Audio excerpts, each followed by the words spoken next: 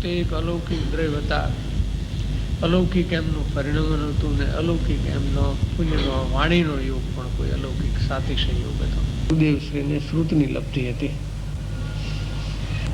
કરનારને તો કોઈ કાનમાં અમૃતની ધાર કરતું હોય એવું મીઠું લાગે. કેટલાક જીવોને તો એવું લાગ્યું છે કે જાણે કોઈ દૈવી વાણી આવે છે.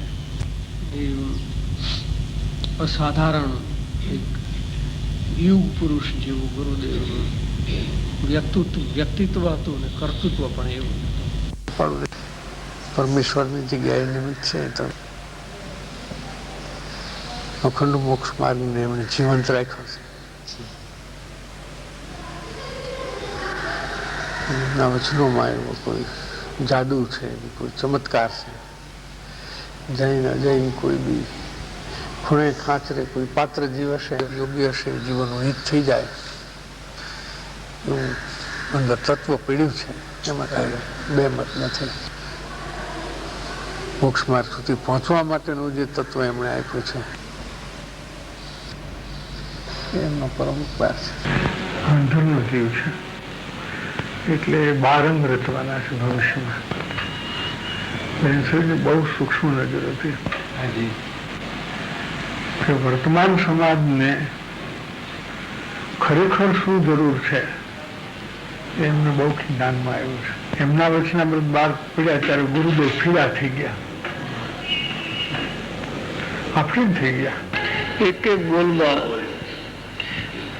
એકનું અધ્યાત્મનું અમૃત જ છે એમ કહ્યું તો ચાલે. ભાવનાનો વિષય સ્થાપીને તો એમને નિવેડો લાવી દીધો છે. વૃક્ષોનો તો એક રત્ન જ હાથમાં આવી ગયો એમ કહીએ તો ચાલે. ગુરુદેવશ્રીના મહાપુરાણનું આ એક પાત્ર છે. સોનગઢની તીર્થભૂમિ, એ તીર્થભૂમિમાં સમ્યક દર્શન રૂપે સપૂત કોઈ નહોતો જાગ્યો, નહોતો પાક્યો. ત્યાં સુધી આગળ જે ધર્માત્માઓ થયા એ સોનગઢ ભૂમિમાં નથી થયા, જુદી જુદી ભૂમિમાં થયા.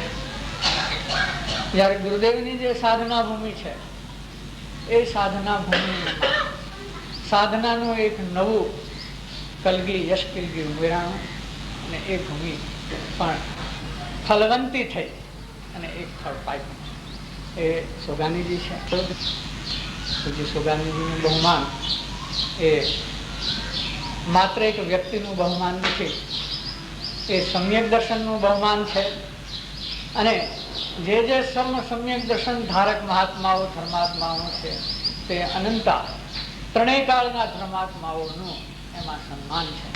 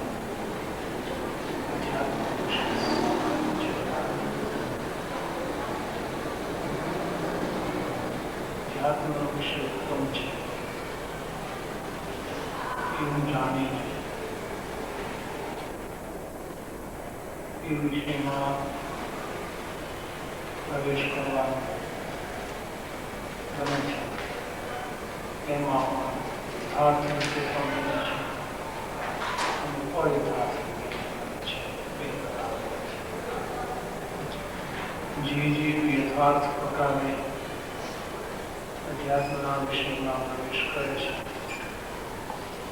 એ તો આગળ વધી મોક્ષ માર્ગ પ્રાપ્ત થાય છે.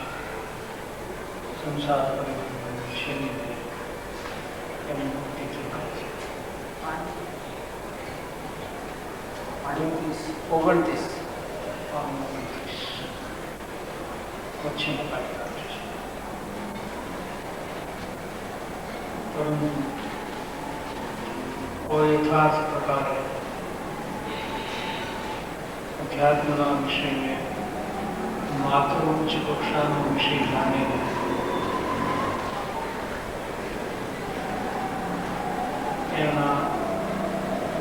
खोटा ख्याल मान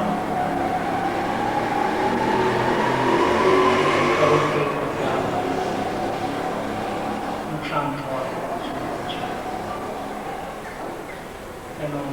अयथार्थ प्रकार एवं जेने आत्म स्वरूप यथार्थ निर्णय नहीं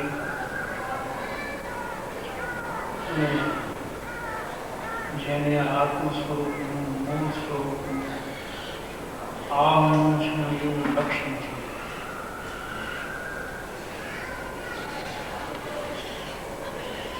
એટલે કે માત્ર બહિર્લક્ષી જ્ઞાન છે આત્માનું સ્વરૂપ સમજણમાં લીધું છે એટલે એમાં શાસ્ત્રનું ભણતર જેવો વિષય છે માત્ર શાસ્ત્રનું ભણતર છે અથવા આત્માના અનેક ભેદ પ્રભેદથી એનું જાણપણું છે દ્રવગુણ પર્યાયના જે દ્રવ્યાદિના સિદ્ધાંતો છે એ અનુસાર એનું જાણપણું છે એને સંમત કરવા માટેની યુક્તિ જે જાણ્યું છે એને સંમત કરવા માટેની યુક્તિ જાણ્યું છે એને સંમત કરવા માટે અનેક જાતના તર્ક એ બધાથી એને સંમત કર્યા પછી એવા વિચારો આવે કે આત્માનું ચિંતન કરો સ્વરૂપ ચિંતનમાં રહેવું એવા વિચાર તો એ સ્વરૂપ ચિંતન છે એ કાર્યકારી થાય ત્યાં એવો વિચાર રહે કે હું કોઈ સંયોગોની તો ચિંતા કરતો નથી બીજી ઉપાધિમાં તો હું પ્રવર્તતો નથી અથવા બહારના અનેક પ્રકારના વ્યવસાયોના વિકલ્પમાં તો હું મુકાયેલો નથી ચિંતાદાયક આત્માનું ચિંતન વારંવાર કરું છું એવું અધ્યાત્મ ચિંતન મને જરૂર કંઈક લાભનું કારણ થશે એવા વિચારથી પણ આત્મચિંતન તો પણ તે ચિંતનનું ફળ સામાન્ય રીતે તો સ્વરૂપ ચિંતનનું ફળ સ્વરૂપ રસ ઉત્પન્ન કરવા સંબંધિત હોય છે અથવા યથાર્થ પ્રકારે આત્મ સ્વરૂપને ચિંતવવામાં આવે તો અવશ્ય દર્શનનો રસ કે દર્શનને સંબંધ છે ત્યાં સુધી દર્શનનું એમાં ગળે પરંતુ અહીંયા પરલક્ષી વિચારધારાથી માત્ર વિચારથી નક્કી કર્યું છે કે આત્માને આગળથી આવો જાણ્યો છે અને એનું ચિંતન કર્યા કરો તો એ ચિંતનમાંથી એને અધ્યાત્મ વિષય સંબંધીનો નવો વ્યામોહ થવાનું કામ થાય છે કેમ કે યથાર્થ નિર્ણય નથી તો એને સ્વરૂપને આગમ અનુસાર જાણતા કંઈ કલ્પના કરે છે સ્વરૂપ સંબંધી એને જે કંઈ કલ્પના કરી કે આવો હું આત્મા છું આવો હું આત્મા છું એને એ વારંવાર ચિંતનમાં રટણમાં લે છે એનું રટણ કરતા કરતા એને વ્યામોહ બને છે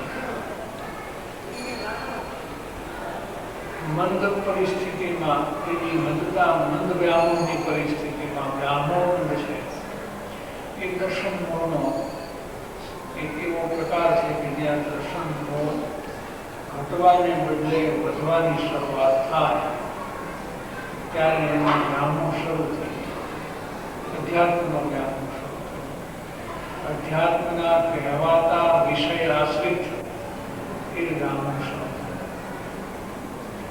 અને શરૂઆતમાં એને કે બીજાને ખ્યાલ ન આવે, આગળ જતા એ બ્રાહ્મણો છે એ યથાર્થ આધ્યાત્મિક લાઈન નથી, આધ્યાત્મિક શ્રેણી નથી, એ સ્પષ્ટ થાય છે એટલા માટે કે જે સ્વરૂપનું એ ચિંતન કરે છે એ સ્વરૂપ તો એવું છે કે જેની અંદર પર્યાય સંબંધિત વિષય નથી, અને પર્યાય સંબંધિત જે વિષય છે એના નિષેધથી એટલું ચિંતન કરવાનું થાય છે. તો ત્યાં પ્રયોજન પર્યાયનું સિદ્ધ થાય એ રીતે પર્યાયનો નિષેધ થાય. પર્યાયનો નિષેધ પણ પર્યાયના પ્રયોજનની સિદ્ધિ અર્થે થાય તો એનો નિષેધ સમ્યક છે.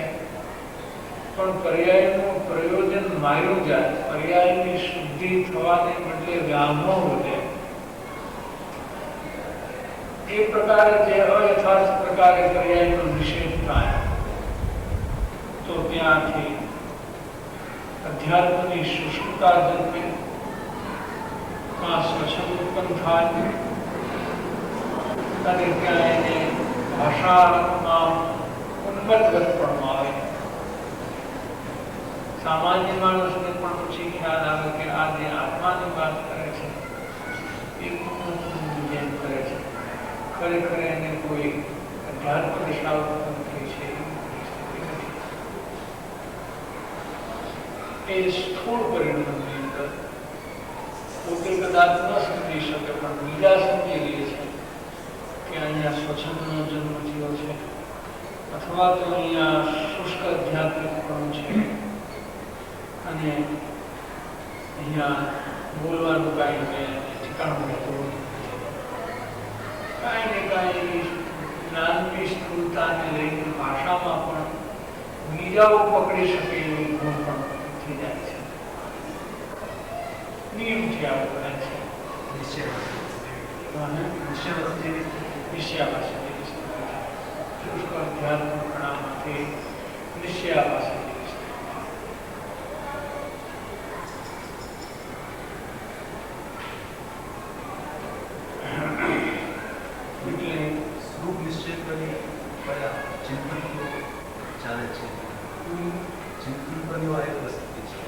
સ્વરૂપ નિશ્ચય નથી થયો ત્યાં સુધી એ વિષયની જિજ્ઞાસાનો વિષય મુખ્ય, જિજ્ઞાસાનો વિષય પરિણામની અંદર જિજ્ઞાસાનો પ્રકાર મુખ્ય ચાલશે.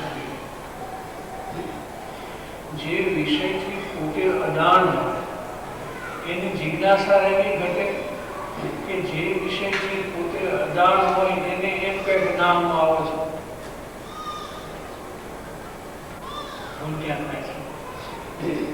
જ્યાં જિજ્ઞાસાની સ્થિતિ રહેવી જોઈએ ત્યાં એ જિજ્ઞાસા પછીની સ્થિતિમાં આવે છે. જેમ કોઈ જ્ઞાન વગર બાહ્ય ક્રિયાના આચરણમાં આવે છે તો આપણે શું કહીએ છીએ? કઈ બધી ક્રિયાકાંડમાં પડેલા છે, કઈ સમજણ તો કરતા નથી, સમજણ પહેલા કરવું જોઈએ, એના બદલે સમજણ કર્યા વિના ક્રિયાકાંડમાં પડે છે. આ કઈ બરાબર નથી, એનાથી કઈ લાભ થવાનો નથી. બરાબર છે? તો અહીંયા પણ જેમ એ સ્ટેજ ચૂકીને કામ કરે છે, પગથિયું છોડીને કામ કરે છે, સમજણનું પગથિયું છોડીને ક્રિયાકાંડમાં આવે છે, એમ અહીંયા જિજ્ઞાસાનું પગથિયું છોડીને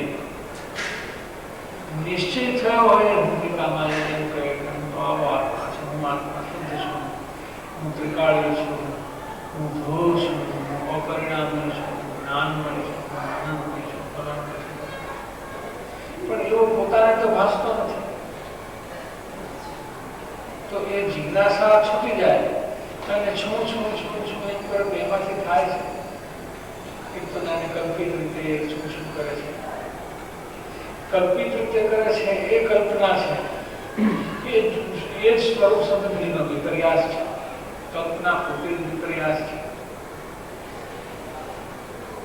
જેમ કોઈ પણ દુઃખ કલ્પનાનું ફળ છે, એ કલ્પના મૂળ અહીંથી જન્મી છે. કલ્પના અહીંથી શરૂ થઈ ગઈ, એનું ફળ સુખ નહીં આવે. કલ્પનાનું ફળ નથી આવતું.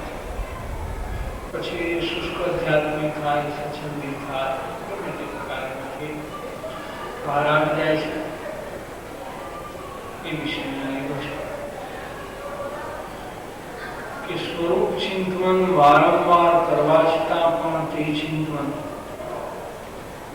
તત્સંબંધિત એટલે કે સ્વરૂપ સંબંધિત વ્યામોહ ઉપજવાનું કારણ બને છે.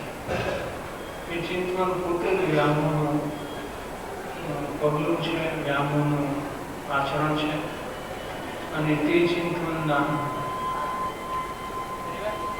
મહિમાના ખ્યાલમાંથી આવે છે અથવા રાખે છે. એને એમ થાય છે કે બીજું કરતો નથી, સ્વરૂપ ચિંતન કરતું છે. એ ભ્રમણા છે, ચિંતન સંબંધી ભ્રમણા છે. ત્યારે શુષ્ક અધ્યાત્મી થઈ જાય છે અથવા સ્વેચ્છાચારી થઈ જાય છે અને એ શુષ્કતાને વશ અધ્યાત્મનો ઉન્મત્ત દશાવત લાભ કરે છે. એ સમયની શુદ્ધ પર્યાય છે. એ મારામાં નથી એમ કહીને અહીંથી વિજ્ઞાન શરૂ કરો. આ વિજ્ઞાનનો ઉચ્ચ કોટીનો પ્રકાર છે, માટે વિજ્ઞાન અહીંથી શરૂ કરવું એ સમયની શુદ્ધ પર્યાય પણ સંગીતની પર્યાય પણ નથી, પણ તે વિજ્ઞાનની પર્યાય પણ વિજ્ઞાન ક્યાંથી શરૂ કરવાનો? જે પર્યાય ઉત્પન્ન નથી થઈ એનાથી જુદો કરવાની વાત ક્યાં છે? તો વિકલ્પ કરે છે. પણ એ વિષયના અજાણ જીવોને એમ લાગે કે અરે આ તો બહુ ઊંચા વિજ્ઞાનની વાતો છે.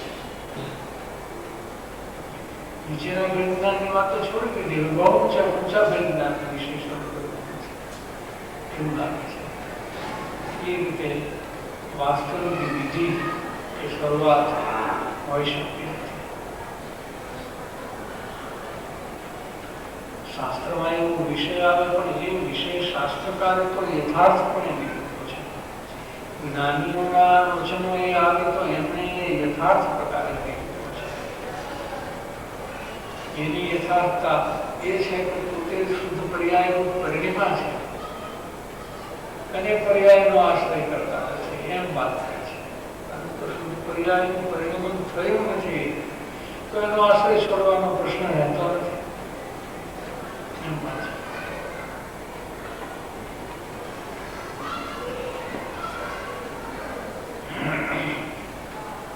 એ રીતે ઉન્મત્ત દશાવત લાભ કરે છે. વરવૃક્ષની ધારણાવાળા જીવને આ રીતે આત્મચિંતન પણ અવગુણનું કારણ બને છે. ગુણ થવાને બદલે દર્શનમાં વૃદ્ધિનું કારણ બને છે. અને આવા પ્રકારમાં આવ્યા પછી એ પ્રકારથી છૂટવું, એ પ્રકારથી મુક્ત થઈને યથાર્થ સ્થિતિમાં આવવું એ જીવને મુશ્કેલ થઈ પડે છે. એ અઘરું પડે છે, ઉલટાનું ફસાય છે. એ રીતે એ ત્યાંથી નીકળવું એને અઘરું પડે છે. તેથી તે વિષયમાં બહુ ઊંડાણથી વિચારણા કરવા યોગ્ય છે. દ્રવ્યાનુયોગના શાસ્ત્રમાં દ્રવ્યાનુયોગના સિદ્ધાંતો અને અધ્યાત્મ વિશે વિશેષપણે આવે છે. દ્રવ્યાનુયોગના શાસ્ત્રમાં દ્રવ્યાનુયોગના સિદ્ધાંતો હોય કેમ કે અનુયોગ જ દ્રવ્યાનુયોગ છે. પણ ચારેય યુગમાં અધ્યાત્મ વિષય વિશેષ કરીને દ્રવ્યાનુયોગના છે.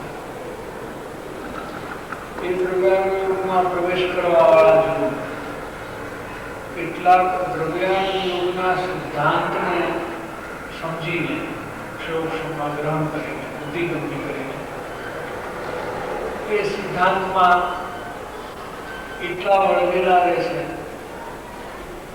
કે અધ્યાત્મ સ્વરૂપ ચિંતનની અંદર એ વિષયને ગૌણ કરીને કોઈ અધ્યાત્મના વિષયમાં આવવાનું થાય તો એમાં એ પકડને દર્શાવી શકતા નથી, અરુચિ થાય છે અથવા એની નિષેધ આવે છે કે આમ કરતા તો સિદ્ધાંત તૂટી જાય છે, દ્રવ્યાનુયોગનો સિદ્ધાંત તૂટી જાય છે.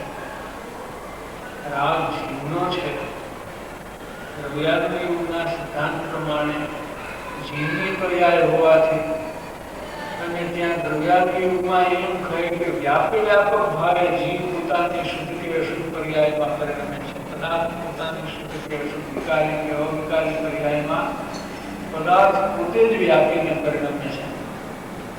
ત્યાં અધ્યાત્મ એમ કહે કે રાગ છે ભૂગોળનો છે, જીવ નથી. તો એને જો માત્ર સિદ્ધાંતની જ પકડ હોય અને અધ્યાત્મ વિષયમાં એનો પ્રવેશ ન થતો હોય, એ ક્ષોભની રુચિ વશે, સિદ્ધાંત જ્ઞાનના ક્ષોભની રુચિ વશે, પોતાનો અધ્યાત્મની રુચિ ઉત્પન્ન ન થતી હોય, એમાં એનો પ્રવેશ ન થતો હોય તો એને અરુચિ થાય. આવી વાત નહીં કરવી જોઈએ, આમાં તો સિદ્ધાંત ચૂકી જાય છે. એટલે એ સિદ્ધાંત જ્ઞાનના જાણપણામાં અધ્યાત્મના વિષયથી દૂર થઈ જાય છે. કોઈ જીવો આગમના સિદ્ધાંતિક દ્રવ્યાનુયોગના સિદ્ધાંતને યથાર્થ પ્રકારે સમજ્યા વિના અધ્યાત્મના વિષયમાં એમને યથાર્થ પ્રકારે જો ખોટે ખોટું કરે છે. એવું શું ચૂકી કાઢી છું, પર્યાયની વાત આપણી પાસે કરવી, પર્યાયનો વિષય પર્યાયમાં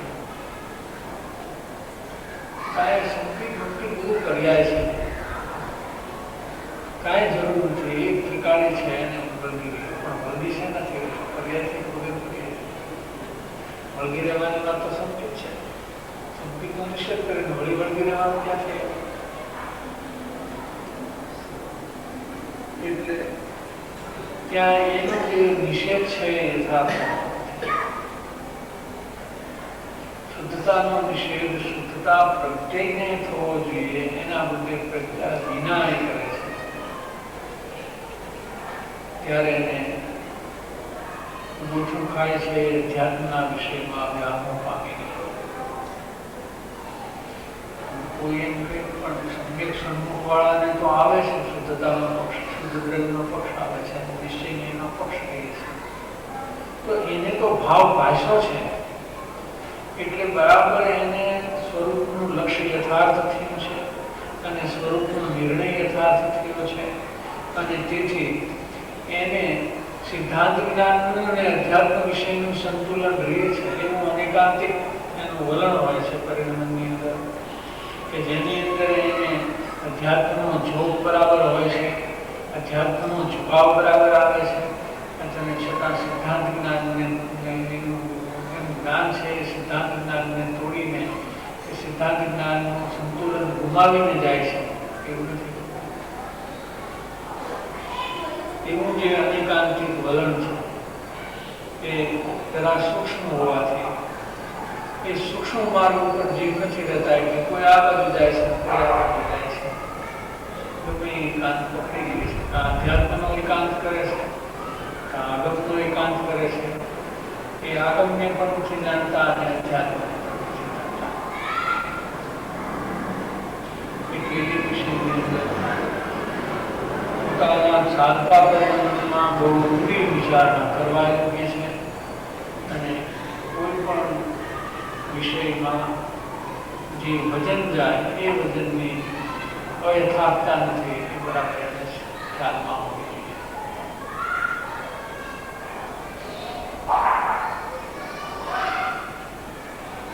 એ જ્ઞાનની ક્રિયા, બાહ્ય ત્યાગની ક્રિયા અને અધ્યાત્મની ક્રિયા, એ ત્રણ ક્રિયામાં થાય છે. એટલે અહીંયા કોઈને એક પ્રશ્ન થવા લાગે છે કે જ્ઞાનના માર્ગે ચડતા પણ આટલી ભૂલો થતી હોય, ત્યાગના માર્ગે ચડતા આવા પ્રકારની ભૂલો થતી હોય, અધ્યાત્મના વિષયમાં આગળ વધતા આવે અનેક પ્રકારની સૂક્ષ્મ ભૂલો થતી હોય, મુશ્કેલી વાળો વિષય છે. સહેલો રસ્તો કરવો પછી આ વિષયના જે જાણકાર ને અનુભવી છે એનું સમાગમ છે એ સહેલામાં સહેલો વિષય છે. કેમ ભૂલ તો એવી ચીજ છે કે જે પોતાથી ન પકડાય એનું નામ ભૂલ. કોઈ જાણી બુજીને ભૂલ કરે એ આમાં વિષય નથી. એ પોતાનો ધર્મના ક્ષેત્રમાં આત્મહિત કરવા આવ્યો છે, તમારું કાંઈ હિત થાય, કલ્યાણ થાય એટલે હું આવું છું. પછી ભલે જ્ઞાનની ક્રિયા પકડે કે આચરણની ક્રિયા પકડે કે અધ્યાત્મનો વિષય પકડે, તો એને દેખીતી રીતે ભૂલ કરવા ખાતર ભૂલ નથી કરવી, પણ પોતાથી પકડાતી નથી એવી પરિસ્થિતિમાં જેને ભૂલ થાય છે. અને એટલા માટે એને જો સત્સમાગમ હોય તો બહુ સહેલાઈથી બચી જઈ શકે, અને નહીંતર બચવાનો બહુ મુશ્કેલ પરિસ્થિતિ હોય છે.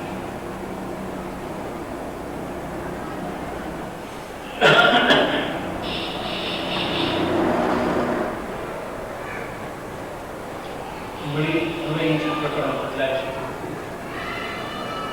કૃષ્ણ જ્ઞાનને સ્મરણ કરવામાં આવે તો બહુ વિશેષથી વધારે ભાવે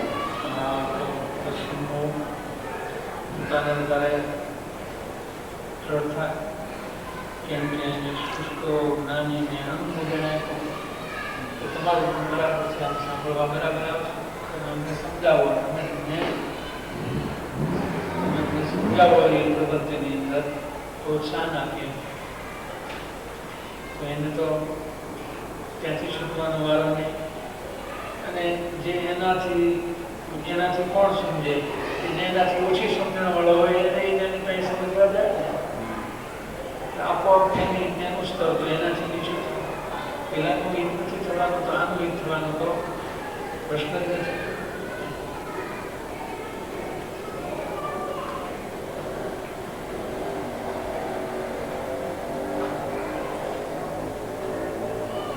તત્વજ્ઞાનનો ઉદ્દેશ અથવા તત્વજ્ઞાન સંબંધિત વાંચન પ્રવચન કરે છે એ સંબંધે થોડો વિષય લીધો છે. વળી કોઈ મુમુક્ષુની ભૂમિકામાં આત્મજ્ઞાન થયા પહેલા પૂર્વકર્મના ઉદય યોગે એ પૂર્વકર્મનો ઉદય છે તે જીવન એમાં ઉપર હોશિયારી છે એ કાંઈ ચાલે સૂક્ષ્મ હોય તો પણ એવું સ્થાન ન હોય કે જેથી એને તત્વજ્ઞાનનો વાંચન કે ઉપદેશ કરવાનો પ્રસંગ હોય. ભાષાનો યોગ હોય તો પણ તે પ્રકારનો પૂર્વકર્મનો ઉદય ન હોય તો પણ એવી પરિસ્થિતિ બહારમાં ઉત્પન્ન થતી નથી. બહારની પરિસ્થિતિ તો પૂર્વકર્મના ઉદય યોગ્ય જ હોય છે, ચાહે જ્ઞાનીને કે ચાહે અજ્ઞાનીને, બંનેને બહારની પરિસ્થિતિ તો પૂર્વકર્મના ઉદયના યોગ્ય જ હોય છે. અહીંયા પૂર્વકર્મના ઉદય યોગે કોઈ મુમુક્ષુની એવી પણ ભૂમિકા હોય છે કે જેને આત્મજ્ઞાન થયા પહેલા તત્વજ્ઞાનનો ઉપદેશ કરવાનો પ્રસંગ પણ હોય છે. આવો પ્રસંગ જેને હોય તેને ચિંતા પૂરતો મર્યાદિત વાત છે, શ્રોતા સંબંધી વાત નથી, આ વિષય વક્તા પૂરતો મર્યાદિત છે. આવા પ્રસંગે તે સ્થાનની જવાબદારી સમજીને ગંભીરતાપૂર્વક અત્યંત જાગૃત રહીને પ્રવર્તવામાં ન આવે તો સંસાર પરિભ્રમણના મુખ્ય કારણોમાંના આ એક કારણને તે જીવ સેવે છે તે ગમે છે. શું કહે છે? સંસાર પરિભ્રમણનું કારણ તો દર્શનનો છે.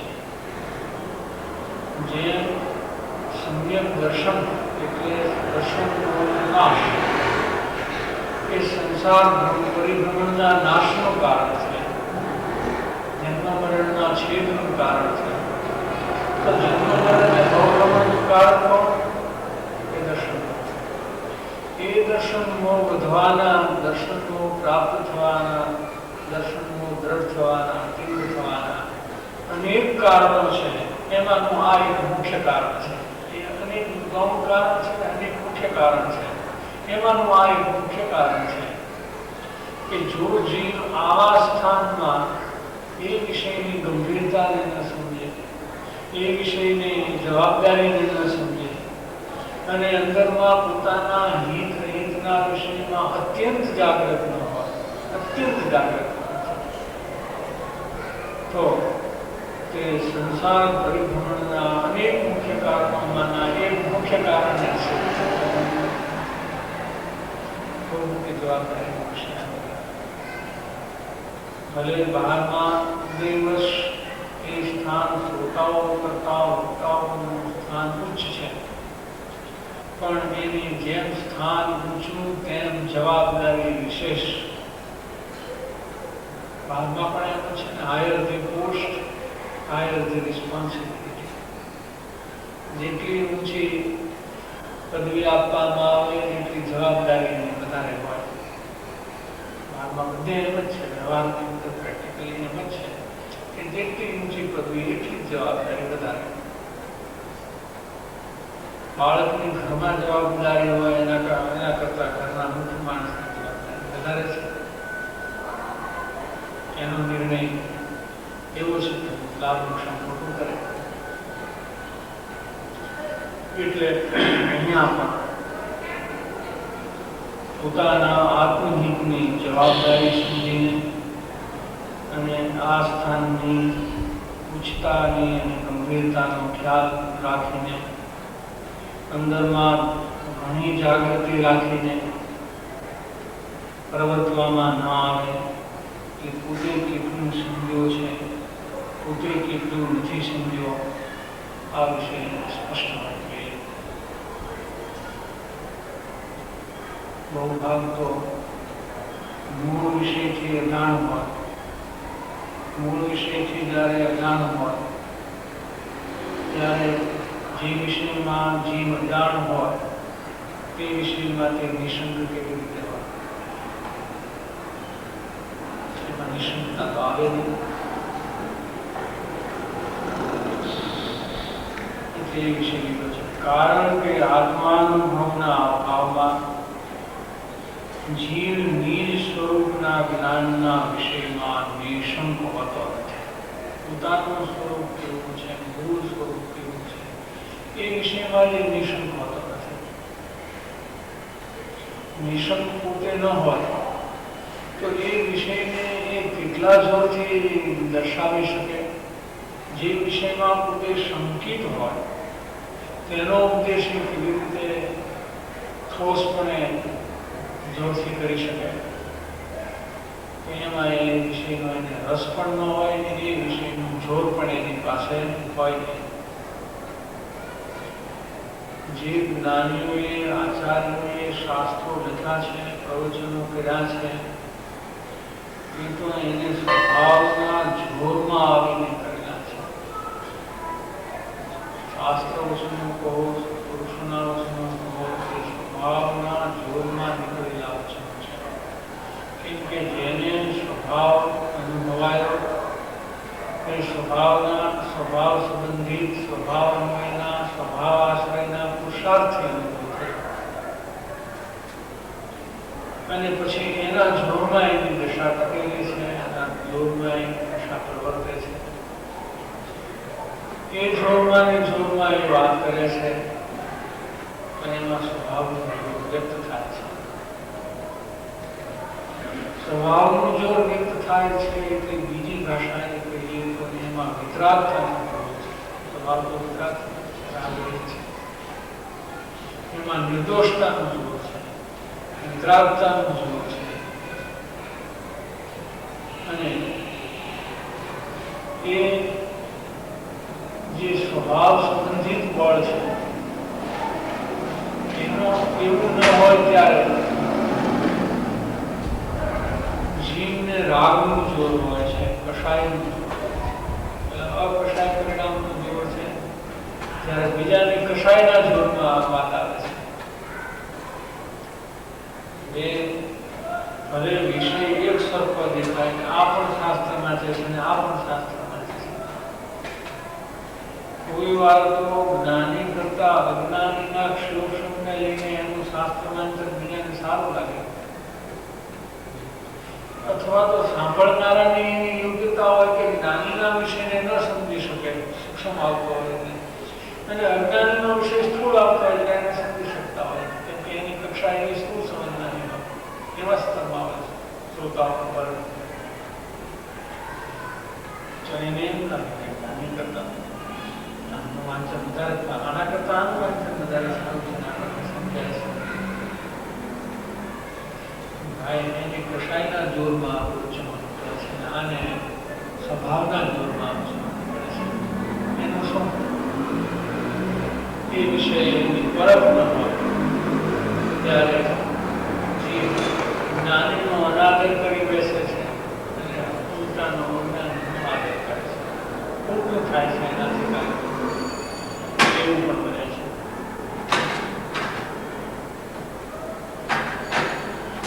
એટલે એવા વક્તા સ્વરૂપના જ્ઞાનના વિષયમાં નિષ્ણાત હોતા નથી, અર્થાત જે જ્ઞાન માટે ઉદ્દેશ અંકિત છે એ જ્ઞાનનો ઉપદેશ કરવાનો પ્રસંગ તેને બને છે. હવે પ્રશ્ન એ છે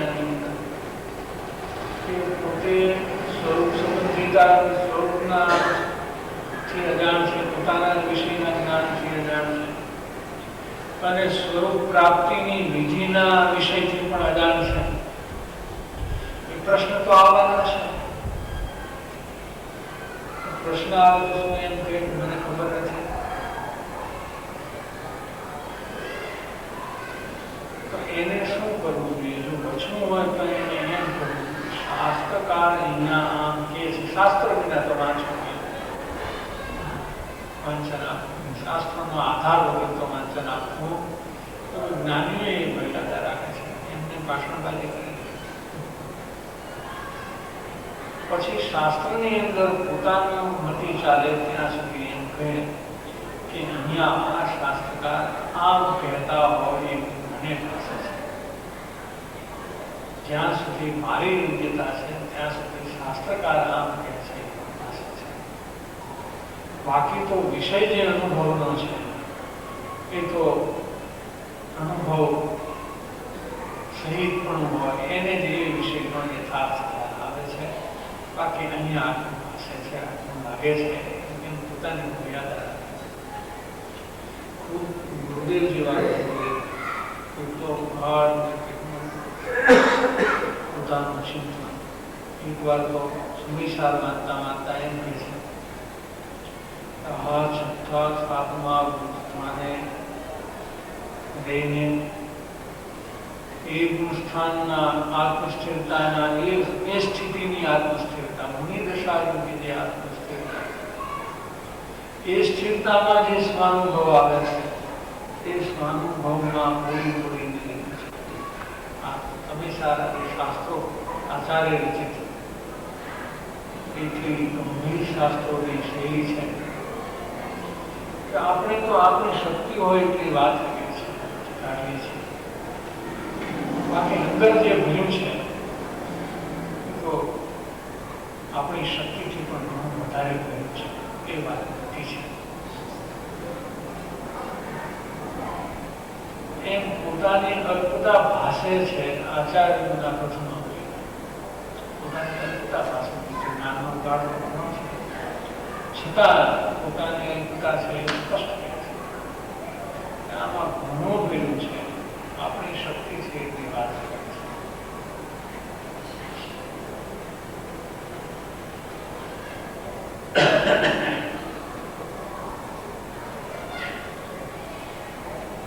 અહીંયા તો અજ્ઞાની તો નિશંક હોતો નથી, તેથી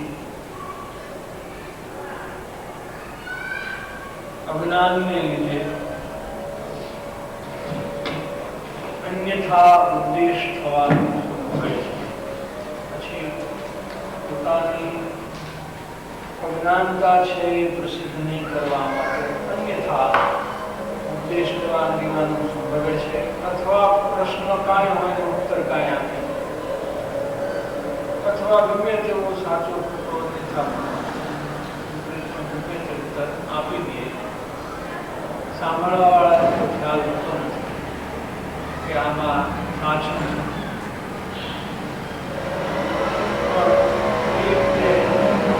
પ્રવૃત્તિ કરવા જતા પોતાને પણ દર્શન થાય છે અને સાંભળવા વાળાને તો લાભ થવાનો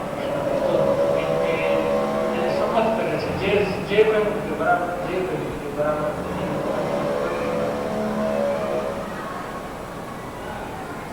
એવી પરિસ્થિતિમાં કદાચિત સત્ય સામે આવે ત્યારે પણ પોતાથી ઉપદિષ્ટ વિષય અને પ્રતિપાદનની રક્ષા કરવાનો પ્રયત્ન કરે છે. તે મહાઅનર્થકારક સ્થિતિ છે. કોઈ આમ જ છે, આમ જ છે અને દ્રઢ કરી લીધી હોય. કોઈ વાર એવું બને કે એ વિષયના અનુભવી હોય પણ એ પ્રસિદ્ધ ન હોય અને એમ કહે કે આમ નહીં પણ આમ હોવું જોઈએ, તો એ સાચું સત્ય સામે આવે ત્યારે પણ એને સંમત નથી.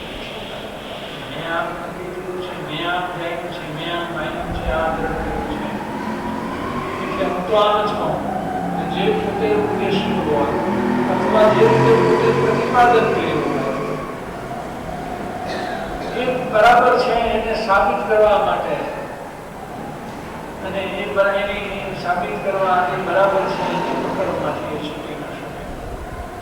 બીજી રીતે કહીએ તો કે એને જે પ્રતિપાદન કર્યું છે એ અસત્ય છે અને એની સામે સત્ય આવે તો એને એમ થાય છે કે મેં આમ કર્યું છે એ હવે હું એમ કહીશ કે નહીં તમારું સાચું અને મારું ખોટું, મારે પ્રશ્ન તો સવાલ નથી. બધાને ખ્યાલ આપી છે હું તો ખોટા ખોટું કહું છું, મારી વાત ખોટી થઈ.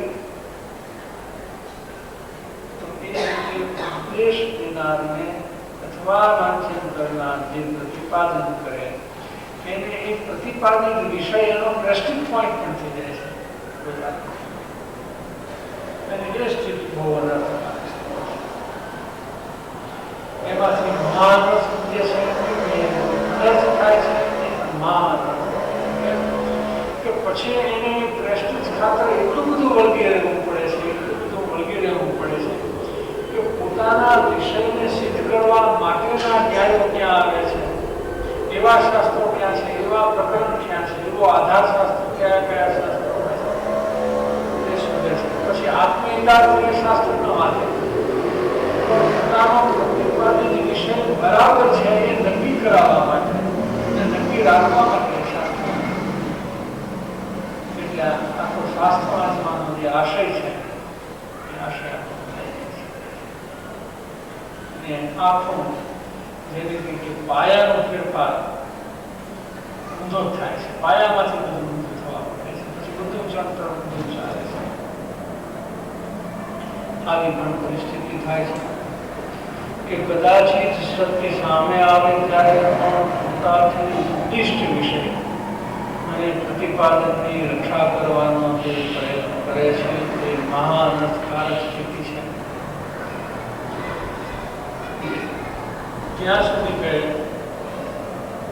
ગુરુદેવને વર્ણિજીને ભગવદમાં ચર્ચા થઈ ત્યાં સુધી કે રાગ છે એ નિરપેક્ષ છે એમ કોઈ અંગધારી કે તો હું ન માનું. અંગધારી તો ગણતર છે, 12 અંગના ધારણ કરનારા ગંધર્વદેવો છે.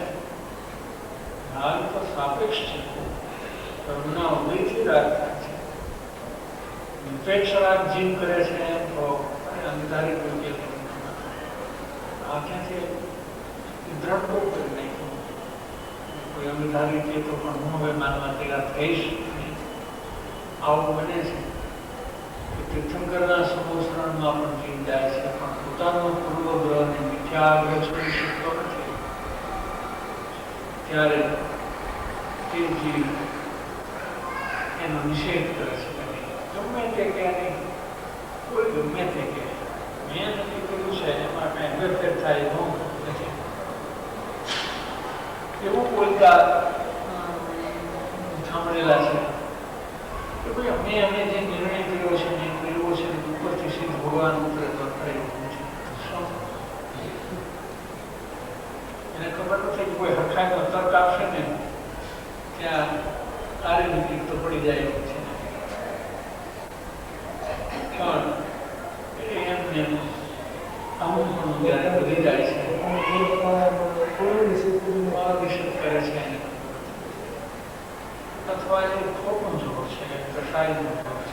જ્ઞાનનું જીવન છે. જ્ઞાનનું બળ તો સ્વરૂપ પ્રત્યે મળે છે. જ્ઞાનનું બળ સ્વરૂપ પ્રત્યે વળે છે અને જ્ઞાનનું બળ તો બહારના જાણપણાના ઉઘાડ બાજુ પણ મળતું નથી.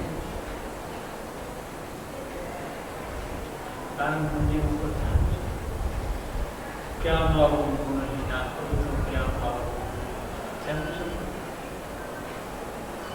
એમાં આવે છે, પંક્તિ આવે છે કે જ્ઞાન જાણવું, વિજ્ઞાન જાણવું. મારા મને શું જ્ઞાન છે? જ્ઞાન વિજ્ઞાન છે, કેવળ જ્ઞાન એને હોય છે. જ્ઞાન જાણવું, વિજ્ઞાન જાણવું, ના જાણવું ભજનામાં. મને તો તમારું નામ લેતા આવડતું નથી. આનંદ ઘણું પ્રભુ કે મારા રટણ કરો ગુણ ધામા. હું તો ગુણહીન છું. ગુણ પ્રાપ્ત થાય છે એમ જોવે છે કે આ તો જગનની સ્થિતિ તો હીન ગુણ ગણાય. હું તો ગુણહીન છું. મારો માગણી કરવાનો, દાવો કરવાનો અધિકાર શું છે? એટલી તો એને તૈયારી છે કે મને દાવા છે.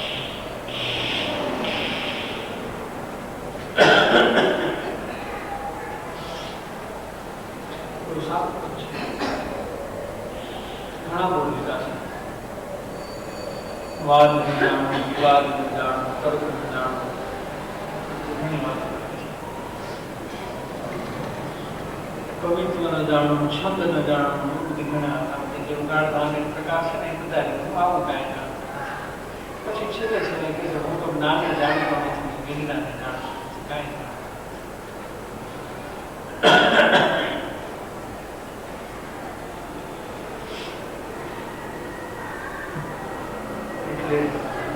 એવી પરિસ્થિતિ ઉત્પન્ન થાય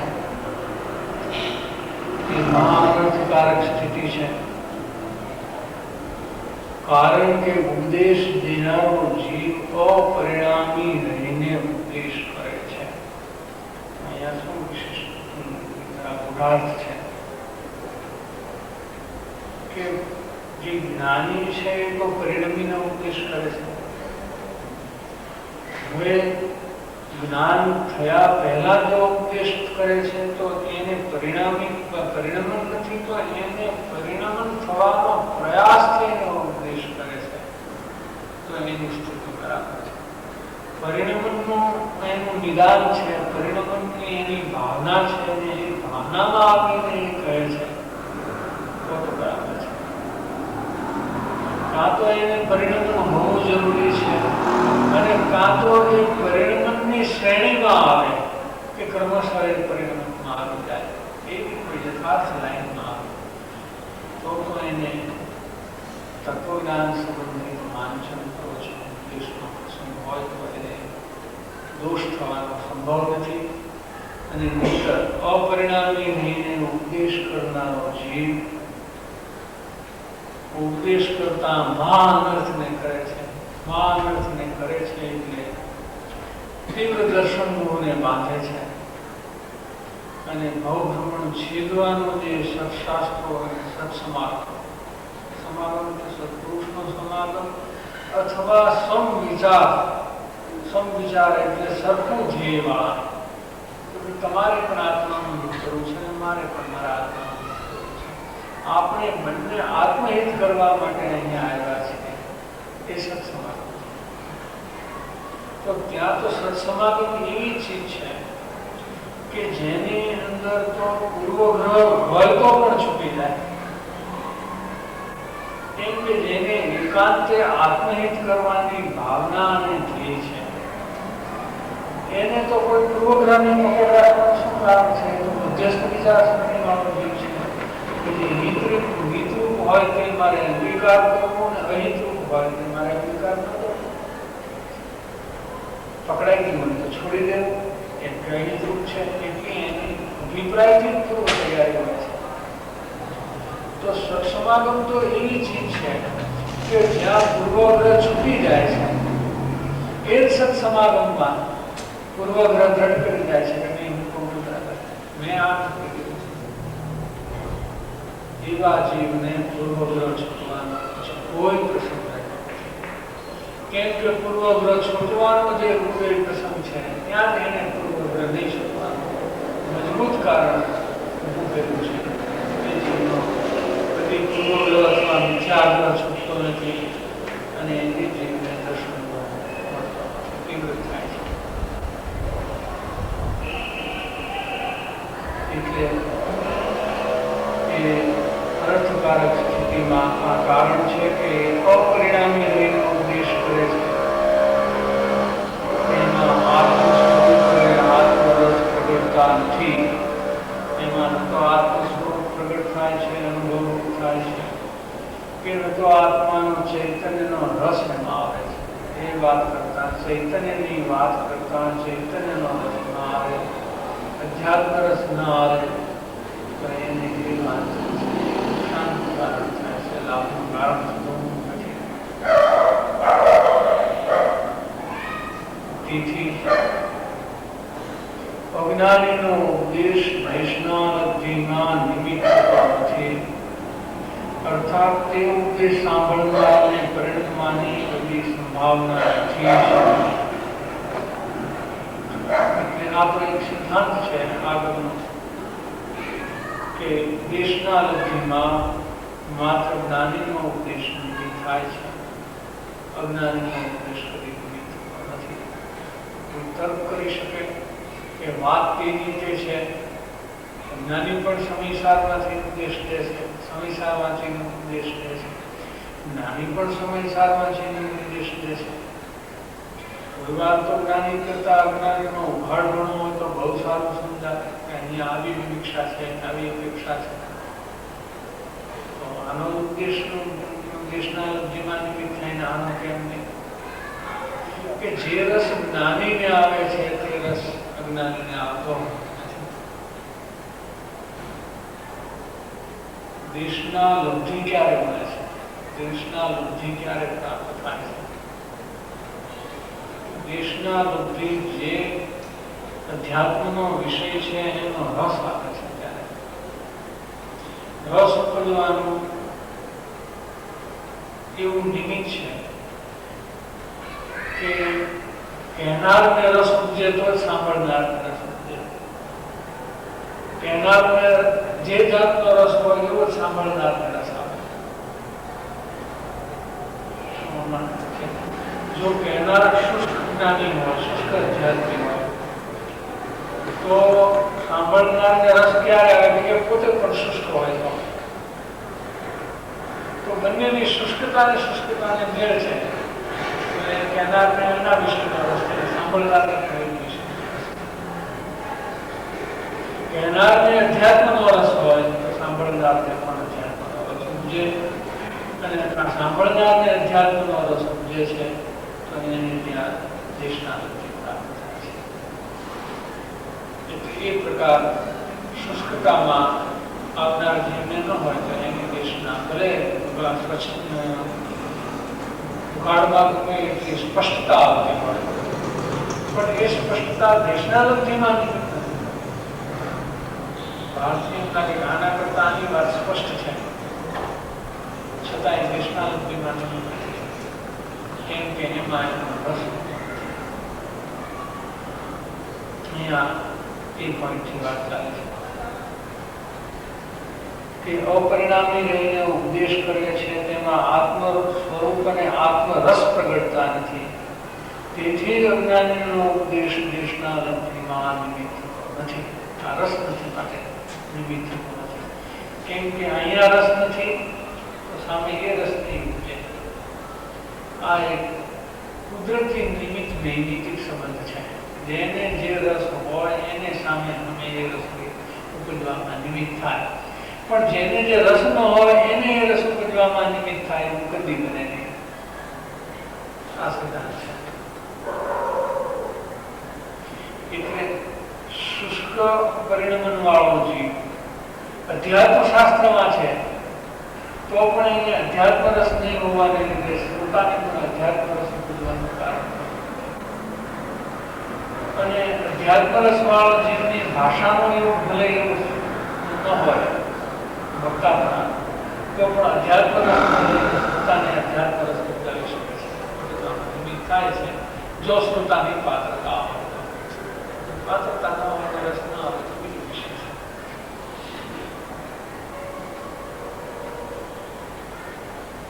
તેથી ઉપદેશ સાંભળનારને કદી પરિણમવાની સંભાવના થતી નથી. તેથી યથાર્થ જ્ઞાન થયા પહેલા જે જીવને ઉપદેશ કાર્ય કરવું પડતું હોય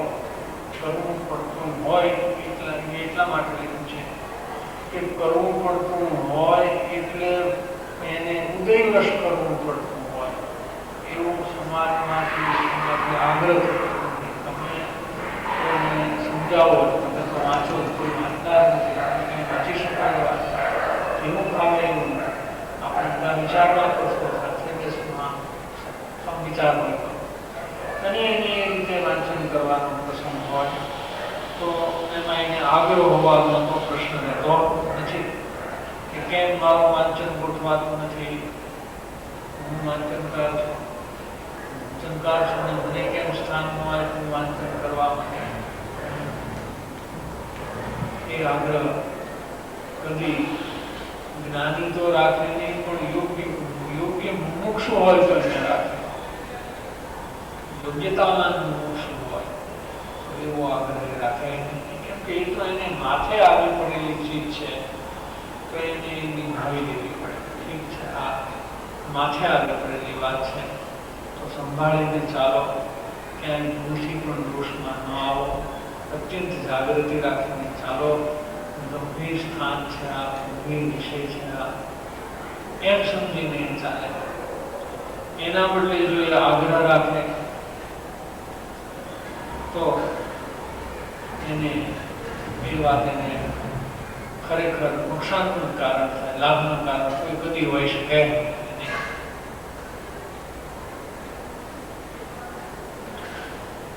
એટલે એવા જીવને ઉપદેશ કાર્ય કરવું પડતું હોય એટલે કે ઉપદેશ આપવામાં તેને આગ્રહ હોય નહીં તો પણ ઉદય યુગે તે કાર્ય કરવું પડતું હોય તો અંદરમાં ખટક સાથે કરવું પડે કે આ ક્યાં ઉપાધિમાંથી આવી. આપણે તો આ ઉપાધિમાં બને ત્યાં સુધી જવું નથી, છતાં જવું પડે તો એની અંદર ખટક રહી. જ્ઞાન પ્રગટ થયું નથી એ પહેલા આ ક્યાં ઉદય આવ્યો, આ ક્યાં કરવું પડે છે, એમ એની અંદરમાં ખટક હોય તો એ અનેક પ્રકારના વિપર્યાસમાંથી બચે છે.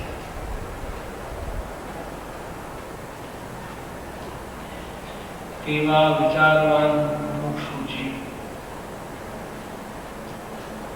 સત્પુરુષના ગુણગાન અને સત્પુરુષ પ્રત્યે પ્રબોધ ભાવના વધવાના હેતુથી ઉપદેશ કરે છે.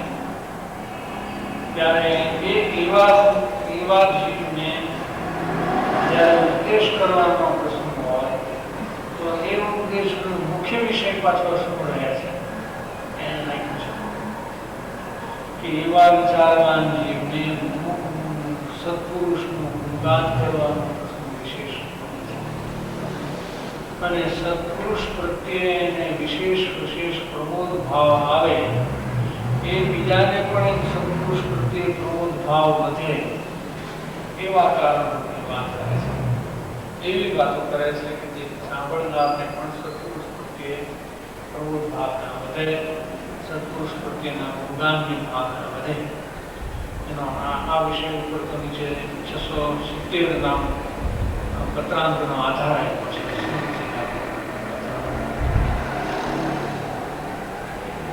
સત્પુરુષ પ્રત્યે પ્રબોધ ભાવના વધવાના હેતુથી તે ઉપદેશ કરે છે કે જેથી કરીને સાંભળનાર જીવોને સત્પુરુષોના વચનને ગ્રહણ કરવાની આત્મવૃત્તિ થાય. એટલે કે સત્પુરુષોના વચનોને કોણ ગ્રહણ કરી શકે આત્મવૃત્તિ કે જેને સત્પુરુષ પ્રત્યે અત્યંત બહુમાન આવે તે. એવું સત્પુરુષ પ્રત્યે બહુમાન આવવાની પરિસ્થિતિ શ્રોતાઓમાં ઉત્પન્ન કરે તો એને એ સત્પુરુષના વચનો ગ્રહણ થવાની પરિસ્થિતિ એટલે લાયકાત ઊભી થાય. નહીંતર સત્પુરુષના વચન તો બધાને વાંચવા મળે છે, પણ જેને સત્પુરુષ પ્રત્યે અત્યંત બહુમાન નથી એને સત્પુરુષના વચનનું ગ્રહણ આત્મવૃત્તિએ થતું નથી. અનાત્મવૃત્તિએ થાય તો એ ધારણાનો વિષય થાય, માત્ર યાદદાસ્તનો વિષય થઈ જાય, ભણતરનો વિષય થઈ જાય, ગાળનો વિષય થઈ જાય. આત્મવૃત્તિ એની અંદર હોતી નથી. એ શું થઈ ગયું છે? એ સાંભળનાર જીવોને સત્પુરુષોના વચનને ગ્રહણ કરવાની આત્મવૃત્તિ થાય. આત્મવૃત્તિ કરીને ગ્રહણ કરે છે, અને આત્મવૃત્તિ ગ્રહણ કરે છે તો નિગ્રહણ કરવા બરાબર છે. અને સત્પુરુષના પ્રત્યક્ષ સમાગમની ભાવના અને આકાંક્ષા શબ્દજાળની અંદર વિગતતા ભરી શબ્દજાળ હોય, ભાષણના એની શૈલીનો એક એવો પ્રકાર હોય કે જે એમ લાગે કે બહુ સારું વક્તવ્ય આવે છે. એથી કાંઈ એ આત્મજ્ઞાનના અભાવમાં એ પ્રવૃત્તિ આત્માને લાભનું કારણ નથી થતી, બલકે નુકસાનનું કારણ થાય છે. આત્મજ્ઞાનનો અભાવ છે ત્યાં તો એના વાંચનનો મુખ્ય વિષય આ હોવો જોઈએ. એ વાત સમજીએ. 670 પત્રની અંદર કોઈ મોક્ષને ખાસ કરીને દેવકરણજીને આ વાત નથી વાત 670 છે. એમને દેવકરણજીને પ્રવચન કરવાનો વિશેષ પ્રસંગ હતો. એમાં બીજા સાધનોમાં 670 હોવા જોઈએ દેવકરણ વિશે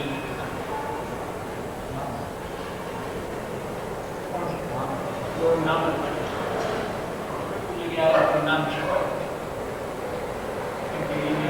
વાત કરી સામા માણસને થોડુંક નીચા પાડવા જેવું કે એવું લાગે ત્યાં તેની હિંતા દેખાશે. આ તો નિર્લજ જેવી દેવકરણ જમીનમાંથી